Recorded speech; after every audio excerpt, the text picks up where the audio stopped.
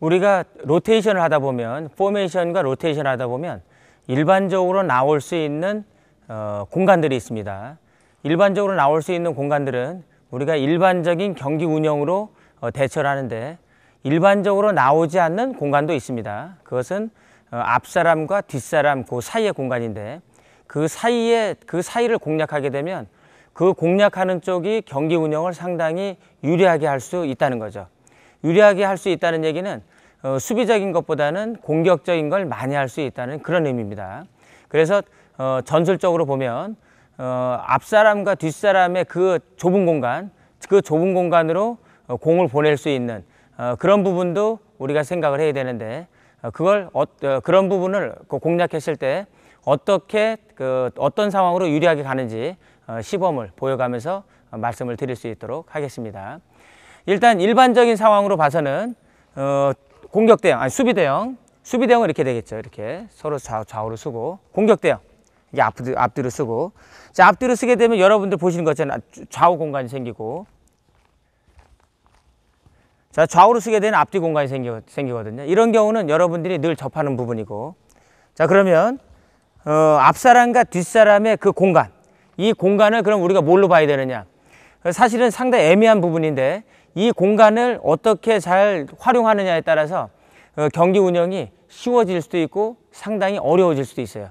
어려워진다는 얘기는 뭐냐면, 이 앞사람과 뒷사람 그 사이로 보내는 쪽이 공을 좀 어느 정도 정확하게 보내주면 유리하게 진행될 수가 있는데, 보내는 공이 생각만큼 정확도가 떨어지게 되면 상대방 입장에서는 네트 앞쪽에서 끝낼 수 있는 좋은 그런 구질로 바뀌기 때문에 앞사람과 뒷사람 그 공간으로 공을 보낼 때는 한 번쯤은 우리가 신중해질 필요가 있다는 거죠. 그렇지만 그쪽으로 일단 보낼 수 있는 부분이 조금이라도 생긴다고 그러면 보내라고 이렇게 권해 드릴 수가 있어요. 왜 그러냐면 그쪽으로 보냈을 때 상대 입장에서는 딱히 할 만한 게 없어요. 놔도 네트 앞쪽에다 놔도 상대 입장에서 상당히 유리한 상황으로 갈 수도 있고, 올리게 되면 공격을 하게 되고, 그리고 조금 더 정교하게 보낼 수 있는 부분도 있긴 하지만 그런 부분보다도 일단 상대가 앞사람하고 뒷사람 이 중간 부분을 공략하게 되면 어려워질 수 있다는 게 중요한 포인트라는 거죠. 자, 그러면 서비스를 넣는 상황을 가지고 이렇게 시범을 한번 보여드리면서 말씀을 드리죠.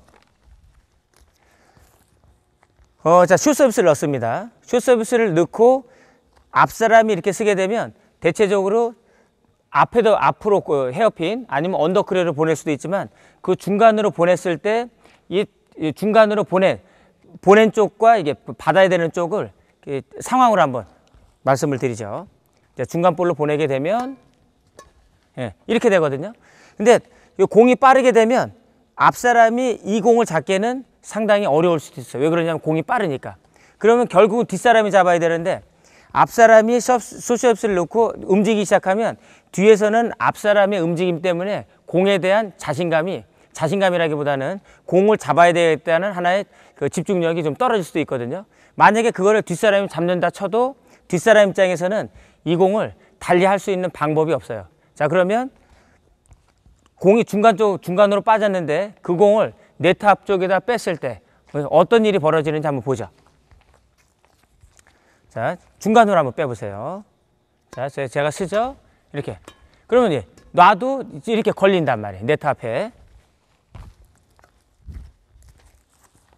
자, 그러면 자, 중간으로 뺐을 때 올려보겠습니다. 자, 올리죠. 예. 자, 수비 위치 잡고 결국은 공격. 상대 입장에서는 공격할 수밖에 없다는 거죠. 우리 입장에서 수비를 해야 되고. 자, 그럼 그런 입장에서 크로스, 비어있다고 생각하는 쪽으로 공을 한번 보내겠습니다. 자, 중간으로 뺐을 때, 자, 이렇게 크로스. 자, 지금 상당히 먼 거리로 공을 보냈기 때문에, 자, 상대 선수가 네트 앞에 이렇게 있다고 그러면 그런 경우는 공이 날아오는 시간 때문에 틀림없이 푸시나 헤어핀으로 공략했을 때 우리 입장, 중간 영역을 공략을 당했던 입장에서는 상당히 어려워질 수 있다는 거죠. 이 바꿔 얘기하면 공을 적당하게 중간 영역으로 보냈을 때는 그 공을 놔도 막히고 올려도 공격에 노출되기 때문에 딱히 이쪽에서는 공격할 수 있는 여력이 떨어진다는 거죠. 그래서 중간 공략으로 했을 때 상당히 유리하긴 하지만 만약에 중간 공략을 잘못하게 되면 이런 일이 또 생길 수가 있습니다. 자, 공을 이렇게 떴어요. 지금처럼 이렇게 뜨게 되면 네트 앞쪽에서 라켓을 들고 있는 입장이면은 바로 푸시가 들어옵니다. 자, 이렇게. 네. 이게 너무 뜨게 되면 이런 문제가 생기는 거예요. 자, 다시요. 자, 그래서 공을 보낼 때는 반드시 앞 사람이 충분히 잡을 수 있는 그런 구질로 보내면 안 되고, 잡게 되면 지금처럼 이렇게 당할 수가 있으니까. 자, 다시요. 충분히 빠른 경우로 이렇게, 그래서 잡아도 뒷사람이 잡을 수 있게 그렇게 공략을 해줘야 된다는 거죠. 자, 그러면 서브 스위치를 바꿔보겠습니다. 지금 대체적으로 중간 볼로 가게 되면 이 백핸드 쪽이 유리한데, 자, 이게 왼쪽 서비스 에리어에서 서비스를 이렇게 되면 그 중간으로 보내기가 상당히 유리해져요. 이 상황에서는. 네, 그렇죠. 이렇게. 그래서 우리가 중간으로 보낼 때 이 포핸드 쪽보다는 백핸드 쪽이 유리하다 보니까 포핸드 쪽의 어떤 비율보다는 백핸드 쪽에서 많이 나와서 특히 왼쪽 서비스 에리어에서 서비스를 넣었을 때 이런 경우가 많이 나온다는 거죠. 자, 보면 또 이게 중간으로 이렇게 빼거든요. 자, 그리고 마찬가지로 이 오른쪽 서비스 에리어에서 서비스를 넣었을 때 그렇게 당한 것처럼 왼쪽도 마찬가지예요. 여기서 중간으로 빼게 되면 올리면 결국은 그렇죠. 이렇게 스매시에 공격에 노출되기 때문에 좋을 게 없다는 거죠.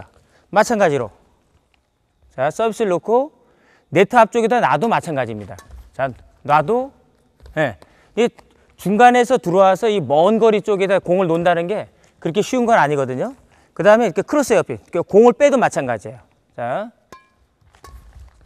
공을 빼도 지금 보신 것처럼 날아가는 거리가 있고 시간이 있기 때문에 네트 앞에서 라켓만 들고 있으면 얼마든지 공을 보낸 쪽 입장에서는 생각을 하고 빈 공간으로 보냈지만은 네트 앞쪽에서 기다리는 입장에서는 얼마든지 푸시가 가능한 그런 시간이라는 거죠.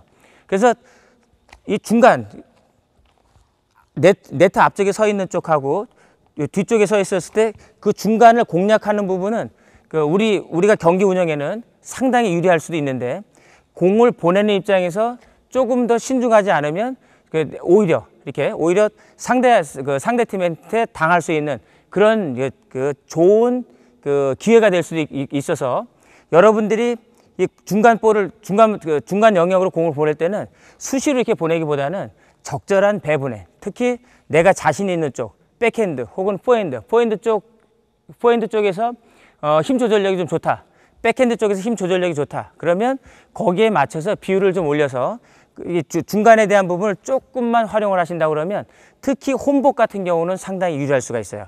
그래서 이 중간 영역에 대한 거는 여러분들이 득점을 할 수 있는 좋은 기회일 수도 있지만 잘못 보내면 실점의 기회일 수도 있기 때문에 여러분들이 조금 더 이렇게 연습을 통해서 공에 대한 정교함을 좀 이렇게 숙달을 시키고 난 다음에 활용을 하신다 그러면 경기 운영상 득점을 하는 그 확률도 상당히 올라갈 수 있을 거라고 말씀을 드릴 수가 있겠습니다.